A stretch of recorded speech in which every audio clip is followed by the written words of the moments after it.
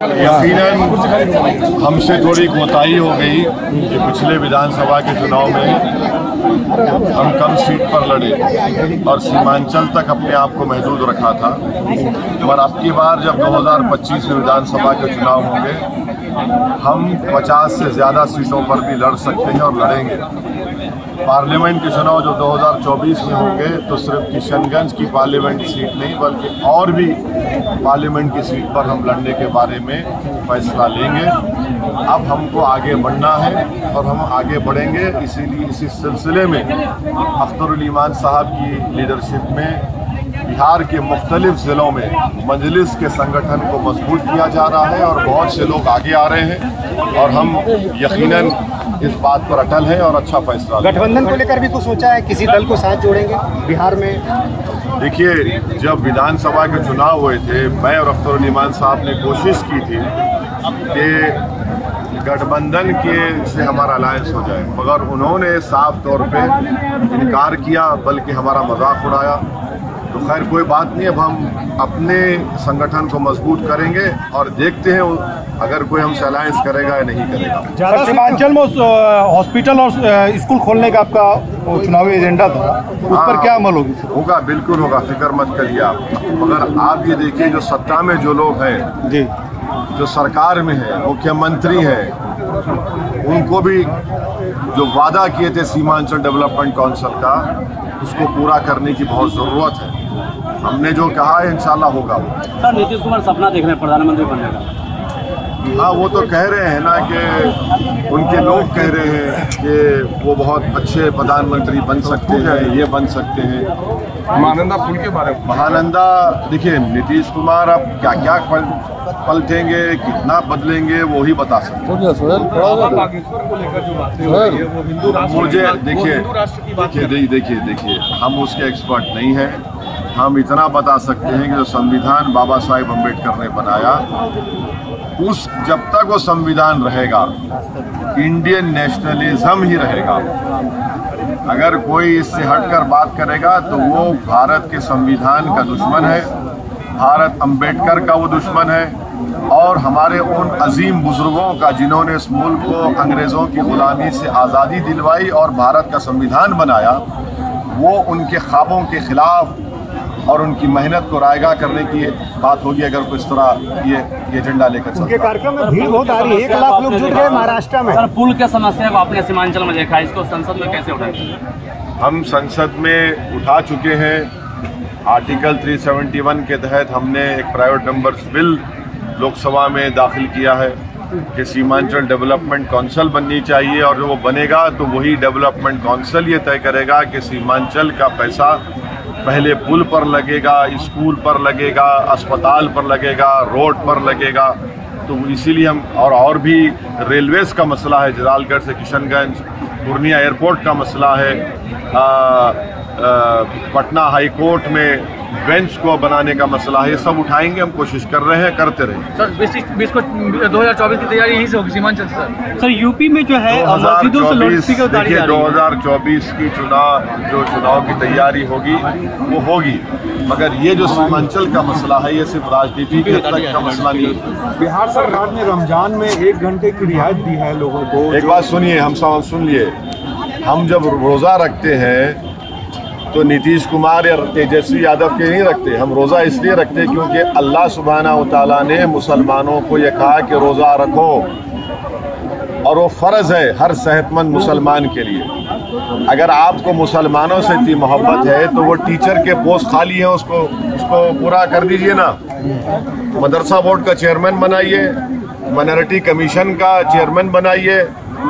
आपको मुसलमानों से इतनी मोहब्बत है तो फिर आपने वो 8 साल के बच्चे रिजवान को 8 दिन अपनी माँ से दूर क्यों रखा? अगर आपको मुसलमानों से मोहब्बत है तो फिर ये गाया समस्तीपुर में मॉब लिंचिंग के जो वाक़यात हो रहे, रुकाइए उसको।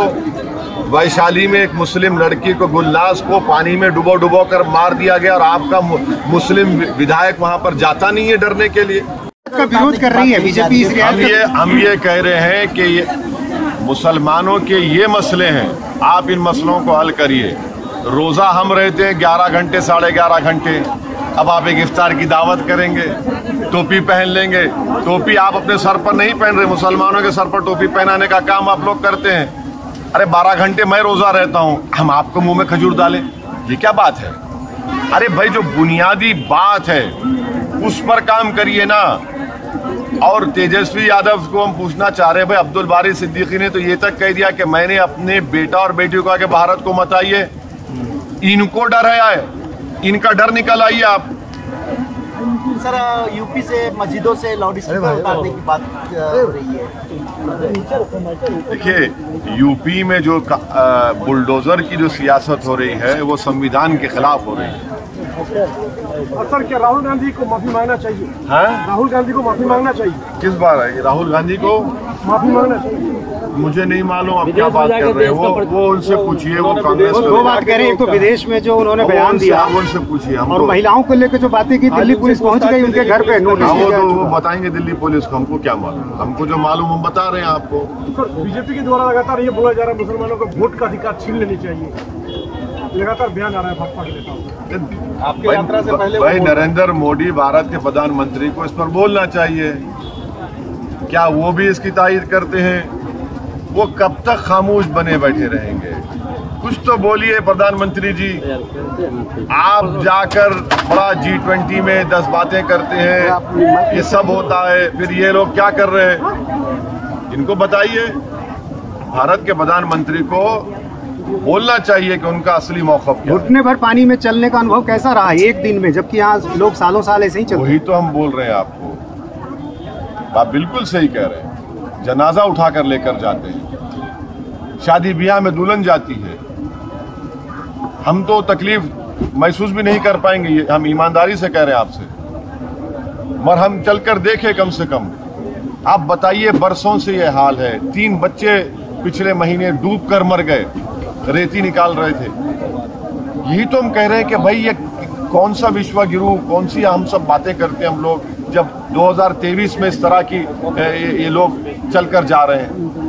तो यही तो असल मुद्दा तो ये है। असल भारत को अगर कोई चीज़ कमज़ोर कर रही है, उसको सुपर पावर बनने से रोक रही है, तो ये चीज़ें हैं। आप पुल बनाइए ना, कौन रोक रहा है आपको पुल बनाने से? रमजान के बाद फिर आएंगे आप? चुनावी बिल्कुल आते रहेंगे, बिल्कुल आएंगे। बहुत पहले तैयारी शुरू कर दी। प्रदेश बनाने की योजना चल रही है, केंद्र शासित प्रदेश। अरे ऐसा अगर सोच रहे हैं तो फिर पूरा सीमांचल खड़ा हो जाएगा। फिर पूरा सीमांचल खड़ा हो जाएगा, कोई नहीं बैठेगा खामोश। फिर कोई तरीका है कि आप संविधान के खिलाफ कोई काम करेंगे और यूटी बनाएंगे? इसको किस बिना पर बनाएंगे? हम कंडेम करते हैं अगर इस तरह की सोच अगर भाजपा में है। अब ज्यादा सीटों पे लड़ेंगे। मिला है हमेशा एमयू सेंटर किशनगंज मंडी, अब तक फंड नहीं मिले।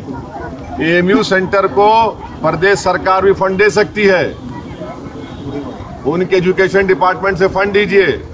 और कांग्रेस के नेताओं को माफी चाहनी चाहिए जो उन्होंने झूठ बोला है।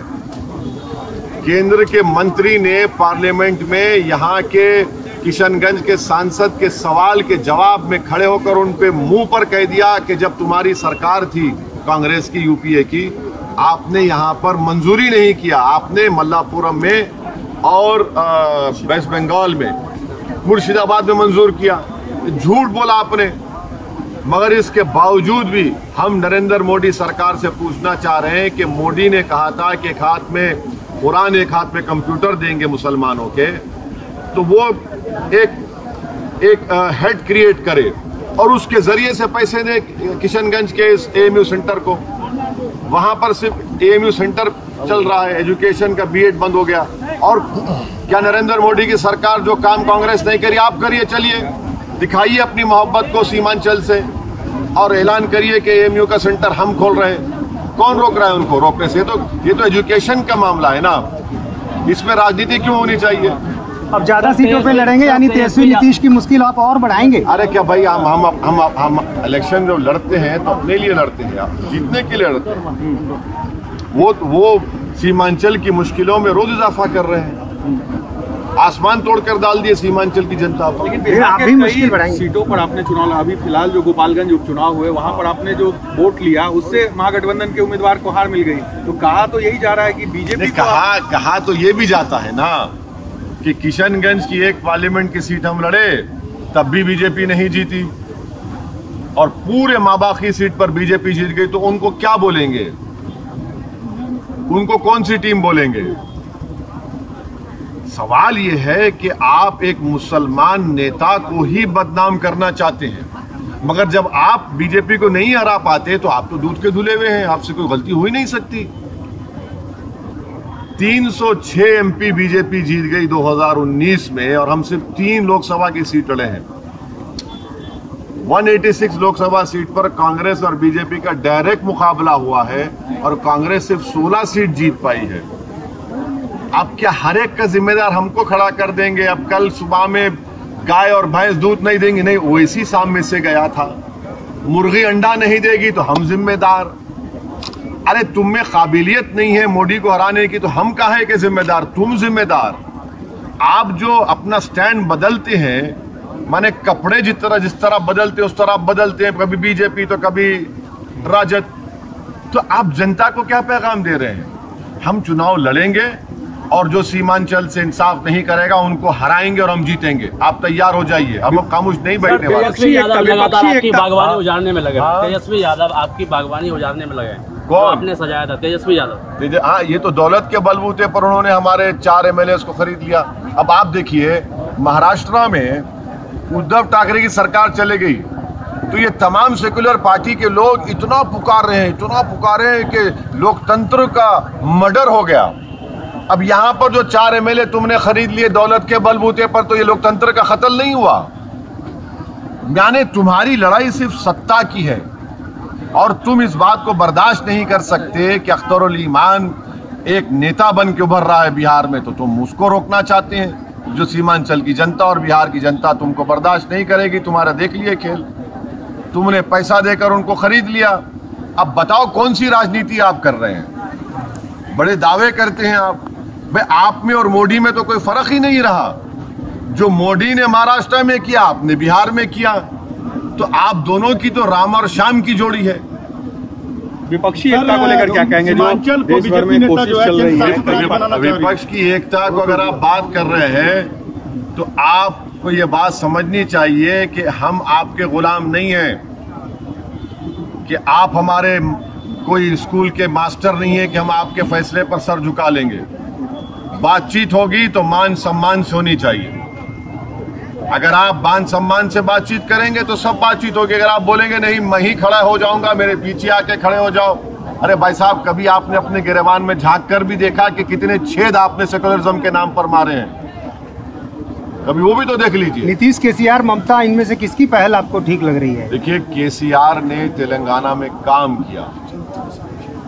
केसीआर ने तेलंगाना की जनता से जो वादे किए किसी हद तक उसको पूरा किया। तेलंगाना एक लैंडलॉक्ड एरिया है, मगर देश का सबसे ज़्यादा per capita income, gross state domestic product Telangana का है। तेलंगाना में एक ज़माने में सबसे ज़्यादा पंप सेट इस्तेमाल किए जाते थे। आज तेलंगाना में सबसे सेकंड हाईएस्ट प्रोड्यूसर है तेलंगाना फिश का। लाखों एकड़ ज़मीन को उसने पानी लेकर आया, तो उसने काम किया। उसके पास एक विजन है केसीआर के पास। अब नहीं मालूम उस विजन को कहां तक लोग एक्सेप्ट करेंगे, वो क्या करेंगे हमको नहीं मालूम। ममता तो अलग हो गए, उन्होंने अलग। हाँ नहीं, अब देखिए क्या होता है, हम इस बारे में क्या बोलेंगे। आप कहाँ जा रहे हैं? हाँ, आप किनके साथ? हम समंदर के तूफान में अपनी कश्ती को लेकर चल रहे हैं। हाँ, ये तूफान में हमारी कश्ती चल रही है और इंशाअल्लाह ताला जरूर मंजिल मकसूद को पहुंचेंगे। सर, विधानसभा चुनाव के बाद सीमांचल आए हैं, फिर कब आएंगे? रमजान के बाद आएंगे। हम आए, हम निया इसलिए थे क्योंकि ये जो 4 बेईमान थे जो दौलत के आगे अपने घुटने टेक दिए, अपना ईमान बेच दिए, इन्होंने हमको बोला कि सर ये प्रोग्राम कभी लगाएंगे, ये प्रोग्राम लगाएंगे, ऐसा ही उन्होंने टाइम पास कर दिया। मगर हम आएंगे और आप देख रहे हैं कि जनता में कितना गुस्सा है, आक्रोश है इन लोगों की इस धोखेबाजी पर। इन्होंने सीमांचल की जनता के पीठ पे खंजर घोंपा है और इसकी जिम्मेदारी तेजस्वी और नीतीश कुमार पर आयद होती है। इसलिए बीजेपी से ज्यादा इस बार आप तेजस्वी नीतीश पर हमला कर रहे हैं। सबको बोल रहे हैं, हम सबको बोल रहे हैं। इस बार ज्यादा हमला आपका नहीं, हम सबको बोल रहे हैं, हम सबको कह रहे हैं कि सीमांचल से, सीमांचल की लीडरशिप को उभरता हुआ ना मोदी पसंद करते हैं, ना नीतीश कुमार, ना तेजस्वी। मगर इसे आपकी कमजोर होती पकड़ के तौर पर क्यों ना देखा जाए, जो 4 लोग निकल गए आपके हाथ से? कमजोर आप समझ रहे होंगे, आप देख लीजिए ये चारों का क्या नतीजा निकलेगा और इन पार्टी का क्या नतीजा निकलेगा। अभी तो आगे है ना घोड़ा मैदान, 24 आइंदा साल है, फिर 25 है। जो धोखा देकर भाग जाता है जनता को, वो खुद कमजोर होके पड़ा है। अब उनको कोई पूछता भी नहीं है, इन बेचारों को। पैसे दिए गए थे इनको, कुछ खबर मिली? नहीं, इनको तो बहुत मलाई दी गई थी, हम तो सुने, भले लालच दिया गया था। दौलत है ना, सत्ता में है।